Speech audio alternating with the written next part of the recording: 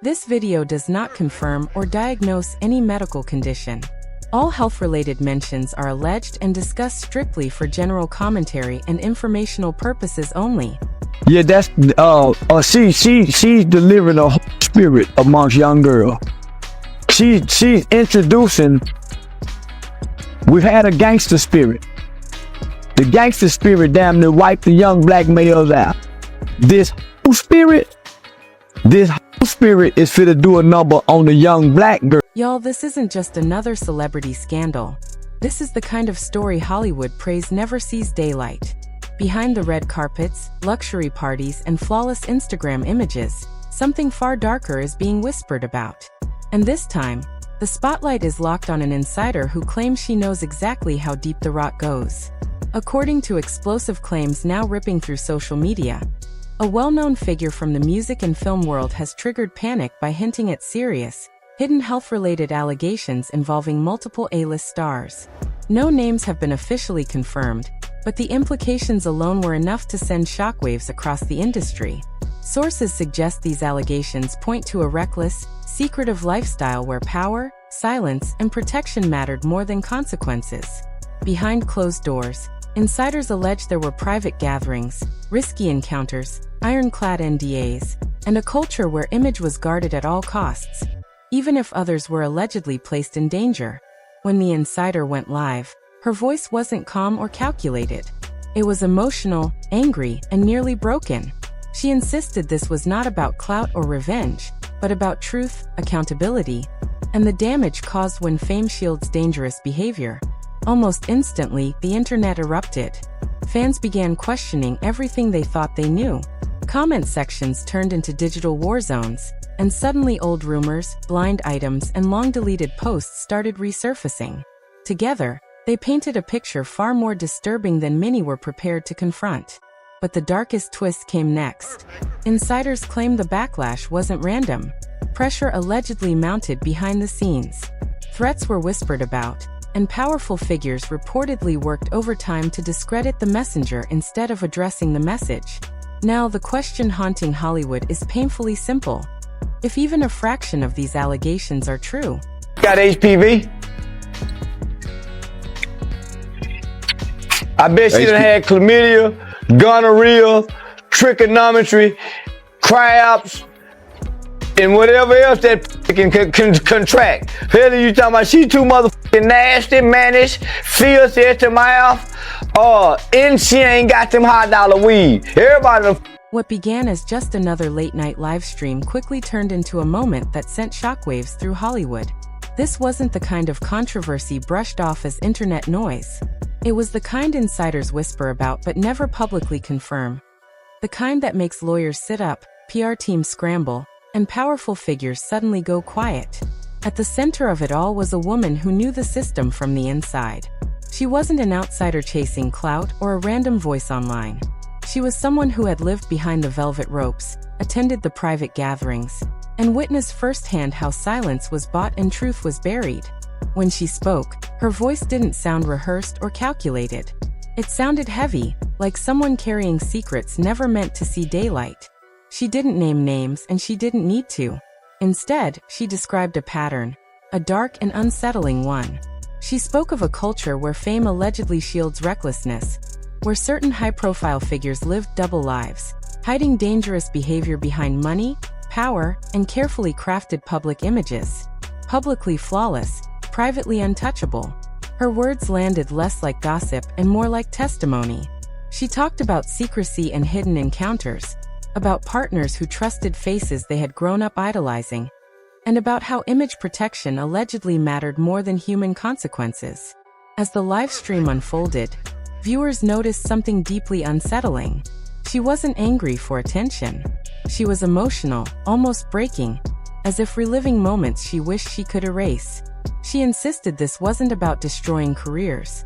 According to her, it was about stopping a cycle that allegedly placed innocent people at risk while the industry chose to look the other way. Then came the reaction. Social media didn't simply respond, it erupted. Old blind items resurfaced. Archived interviews were replayed. Lyrics that once seemed harmless suddenly sounded different. Fans began connecting dots that had been dismissed for years as baseless rumors. Comment sections transformed into digital courtrooms, filled with strangers arguing over guilt, responsibility, and silence. But the backlash didn't stop with the public. According to sources close to the situation, pressure mounted quickly behind the scenes. Calls were allegedly made. Warnings were allegedly delivered. Her credibility was questioned within hours. The narrative shifted almost overnight, not to address the claims themselves, but to discredit the messenger. In this industry, reputation management often moves faster than truth. What made the situation even darker were her claims that this behavior wasn't accidental. She alleged that certain people knew the risks and still chose indulgence over responsibility, secrecy over accountability, and protection of status over protection of others. She described an industry where NDAs are weapons, where private doctors, private parties, and private jets create a world without witnesses, until someone decides to talk. And when she did, the cost was immediate. Online harassment followed. Threats allegedly surfaced. Her safety became a question mark. Almost instantly, the conversation shifted from "is this true?" to "why would she say this?" A familiar tactic when the truth becomes inconvenient. The focus moved away from the allegations and onto her motives, her past, and her credibility. Yet the most haunting part wasn't what she openly revealed. It was what she implied. That this wasn't isolated. That it wasn't just one person or one circle. That it was systemic, a culture built on silence, fear, and the protection of powerful men and women who were never told no. As news outlets cautiously reported the situation without specifics, conspiracy theories exploded. Some called her brave. Others labeled her reckless. But no one could fully dismiss the unease settling in, because even without names, the story felt uncomfortably real. Then came the twist that shifted everything. She suggested that the timing of this revelation wasn't a coincidence. She claimed she had been quietly blamed, targeted, and accused within private narratives, and that speaking out was the only way to stop being positioned as the sole villain in a story much bigger than herself. Whether that claim is true remains hotly debated. One thing, however, is undeniable. Hollywood didn't laugh this off. The music industry didn't rush to clap back. And the silence from certain corners has been louder than any denial. This isn't the end of the story. It's the opening statement. What comes next may be impossible to ignore. The rap game since he was little, just like Weezy. Yeah. And his booty been ran through quite a bit. They called him ass naked. Whoever his big daddy was threw him out ass naked into the hallway. He was walking around in the hallway holding. Has actually appeared on a magazine cover together. Damn. I know exactly what you're talking about. Always able to call other on being a swish. Birds of a feather flock together. The night after the live stream, the silence felt louder than the outrage itself. There were no denials, no official statements, no carefully worded apologies, just absence. And that absence told a story of its own. Behind the scenes, sources described an industry scrambling to regain control, not to clarify facts, but to contain damage. Meetings allegedly took place behind closed doors, far from cameras and public scrutiny. Phone calls were made that never appeared on records. Old alliances were quietly reactivated, because when power feels threatened, it doesn't argue loudly. It moves quietly. The woman at the center of the storm did not disappear, even though many expected her to. Instead, she appeared visibly shaken. Her posts became shorter. Her tone shifted from defiant to drained. Those close to her said the weight of what she had unleashed began to show in her face. She wasn't just fighting the internet anymore. She was fighting isolation. Friends stopped answering calls. Industry peers allegedly distanced themselves overnight. Invitations vanished. Doors that once opened effortlessly were suddenly closed. Not slammed, just quietly shut, as if she no longer existed. What haunted viewers most was her emotional unraveling. She spoke less about exposure and more about regret. Not regret for speaking out, but regret for believing that honesty would be met with accountability. She described a world where silence is currency, where loyalty is rewarded and truth is punished, and where those who break the code are made examples of. As the days passed, the online narrative shifted. Anonymous accounts began circulating counter-stories. Old clips were reposted out of context. Her character was questioned, her motives dissected, and the message became clear. If the claims couldn't be erased, the messenger could be destroyed. At the same time, something else was happening. Viewers started noticing patterns. Lyrics that once felt celebratory now sounded ominous. Interviews from years earlier resurfaced with unsettling undertones. Blind items that had once been dismissed as exaggerations suddenly aligned too closely to ignore. The internet didn't need names. It recognized behavior. And that recognition terrified people who had spent decades perfecting carefully controlled images. The woman hinted that what the public had seen was only a fraction of the full picture. She suggested documentation existed, that conversations had been recorded, and that messages had been saved, not out of malice, but out of self-protection. She spoke like someone who had learned too late that trust in this world can be dangerous. Her emotional state continued to deteriorate. She admitted fear. She admitted paranoia. She admitted sleeping with the lights on. Because when powerful figures feel cornered, intimidation doesn't always look dramatic. Sometimes it looks like silence. Sometimes it looks like being followed. Sometimes it looks like knowing too much and not knowing who still stands with you. Then came the claim that shifted the tone entirely. She suggested that the explosion of her story was not a coincidence, but a reaction. According to her, whispers had already begun behind her back. Blame was allegedly being redirected quietly and strategically, and she refused to be sacrificed to protect a system built on denial. That statement reframed everything. Suddenly, this wasn't just about exposure. It was about survival. Public opinion fractured. Some saw bravery. Others saw recklessness. But almost everyone felt discomfort, because the story wasn't clean enough to dismiss and not clear enough to confirm. Industry insiders began leaking vague confirmations without details. It's complicated. There's more context. People don't understand how deep this goes. None of them denied the culture, only the specifics, and that silence spoke volumes. As pressure mounted, her tone shifted again. This time, it wasn't angry. It was resigned.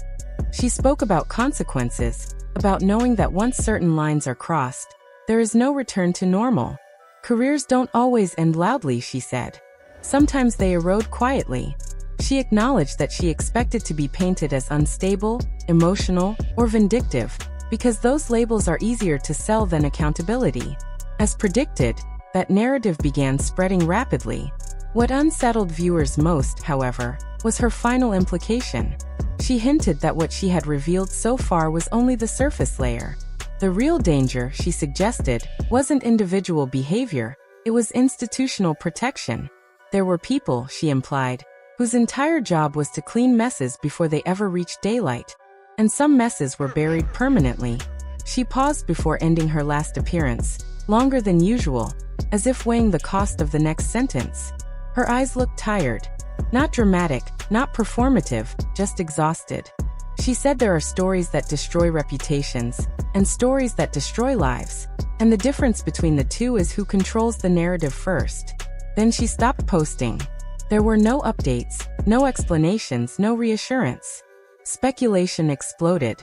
Was she advised to stay silent? Was she threatened? Was she negotiating? Or was she simply overwhelmed by what happens when truth collides with power?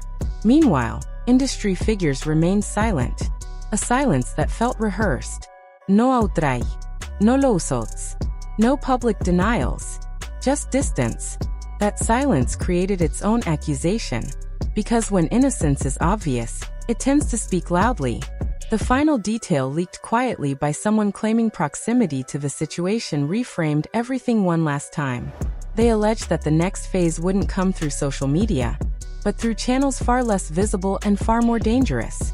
Not interviews, not live streams, not posts, records. And if those records ever surface, the story won't be about one person speaking out. Bisexual, they do weird things in their house, and young men have left their house screaming to get away from them in their mentorship. Meek Mills, Bashir Gray left that house screaming, August the only one that stayed, and I guess he was really sick. The quiet didn't last. It never does. When someone disappears at the center of a storm like this, silence becomes a language of its own. Every hour without a post, every unanswered message, every canceled appearance began to feel deliberate. Not peaceful. Strategic. As if decisions were being made far away from public view. In rooms where consequences are measured carefully and nothing is accidental.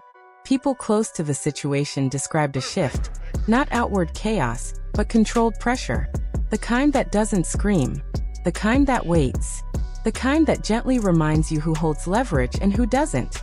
What unsettled observers most was how quickly the narrative machine adapted. Entertainment blogs stopped asking hard questions and began using softer language. Commentators pivoted from concern to speculation about emotional strain. Old interviews were reframed. Contexts were adjusted. Slowly, almost invisibly, the focus moved away from what was said and toward who said it. That shift wasn't accidental. According to industry insiders, crisis containment rarely starts with denial. It starts with reframing. You don't erase the story. You dilute it. You introduce doubt. You turn certainty into confusion, and once confusion sets in, the audience begins to argue with itself. That is exactly what happened. Online debates turned vicious. Support fractured. The same voices that once praised courage began questioning timing, motives, and stability. It became easier to analyze the speaker than to confront the implications of the claims. Behind closed doors, something else was unfolding. Those familiar with how power operates say documentation was quietly reviewed. Messages, old agreements, and conversations never meant to be public were allegedly examined, not to release them, but to assess risk, to determine who might be exposed if the silence broke again. Because this was never just about one voice, it was about what that voice could unlock. The woman at the center of it all reportedly withdrew from public spaces entirely, not as an act of surrender, but of calculation.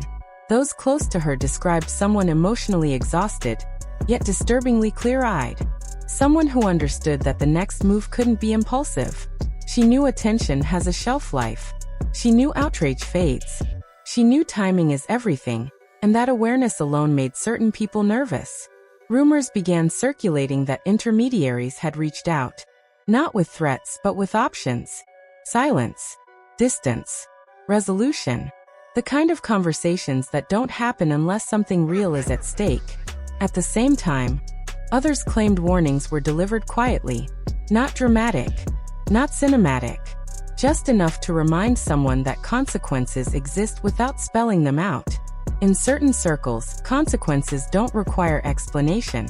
What shook the public wasn't what was confirmed. It was what wasn't denied. No firm rebuttals appeared. No aggressive legal challenges followed. Just vague statements about misinformation, context, and unfair speculation. Words chosen carefully to avoid specifics. And in moments like this, avoidance speaks louder than confrontation. Then came the leak. Not a screenshot. Not a recording. A description. Someone claiming proximity to the situation described material that allegedly exists. Not sensational on its own. Not explosive in a single moment, but cumulative. Patterns over time. Behaviors normalized. Concerns dismissed. Silence enforced. The kind of material that doesn't go viral overnight, but quietly changes how conversations are held forever. The tone of the discussion shifted again. This was no longer about belief. It was about possibility. And possibility made people uneasy, because possibility suggests uncertainty, and uncertainty threatens carefully built narratives. The woman reappeared briefly. Not live. Not freely speaking. A controlled message. Short. Measured. Almost legal in tone. She didn't accuse. She didn't clarify. She simply stated that truth doesn't expire and silence doesn't erase harm. It felt less like a statement and more like a marker. A line drawn without noise. Speculation exploded once more. Some interpreted it as retreat. Others saw it as warning. Those familiar with how these situations unfold recognized it as positioning. Because in this world, the loudest voice rarely wins. The most patient one does.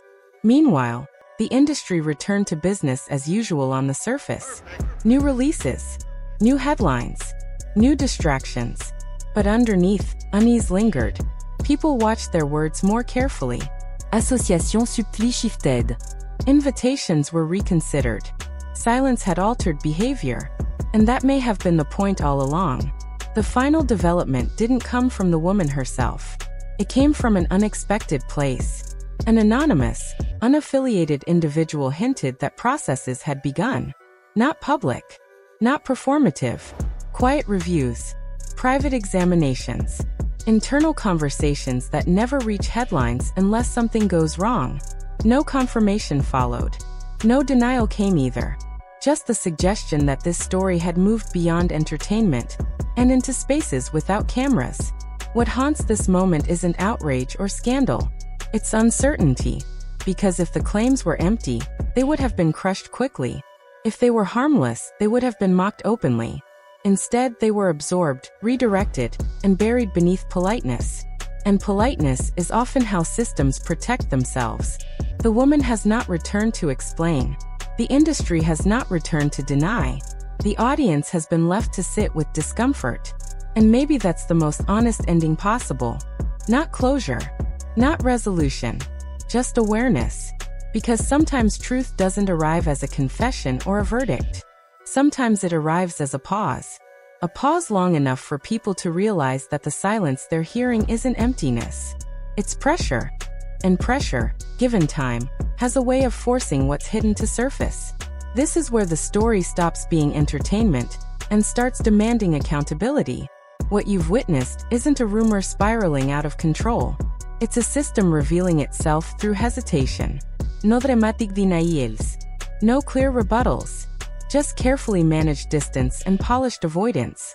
In an industry trained to respond instantly, that delay speaks louder than any statement ever could. The tragedy isn't just one voice risking everything to speak. It's how familiar the pattern feels. How quickly discomfort turns into distraction. How fast truth becomes inconvenient once powerful interests feel threatened. You're watching the cost of honesty play out in real time. And that cost is rarely paid by those with the most to lose. This isn't about choosing sides. It's about recognizing patterns. It's about asking why some stories vanish while others are buried under narrative noise. It's about understanding that when fame protects behavior, silence becomes a weapon. If this made you uncomfortable, it should have. If it made you angry, that reaction is valid. And if it made you question what you're usually told to ignore, then the message landed exactly where it was meant to. Awareness is dangerous to systems built on denial. So don't let this fade into another viral moment that disappears by next week. Pay attention to what happens next. Watch who stays quiet. Watch who distances themselves. Watch which conversations suddenly feel off limits. And most importantly, don't forget how this made you feel. Stories like this rely on public amnesia to survive. If you believe truth shouldn't be erased by power, stay engaged. If you believe silence shouldn't outweigh harm, keep watching. And if you want the full picture, the parts that never make headlines, you already know what to do. This isn't the end. It's the pressure point.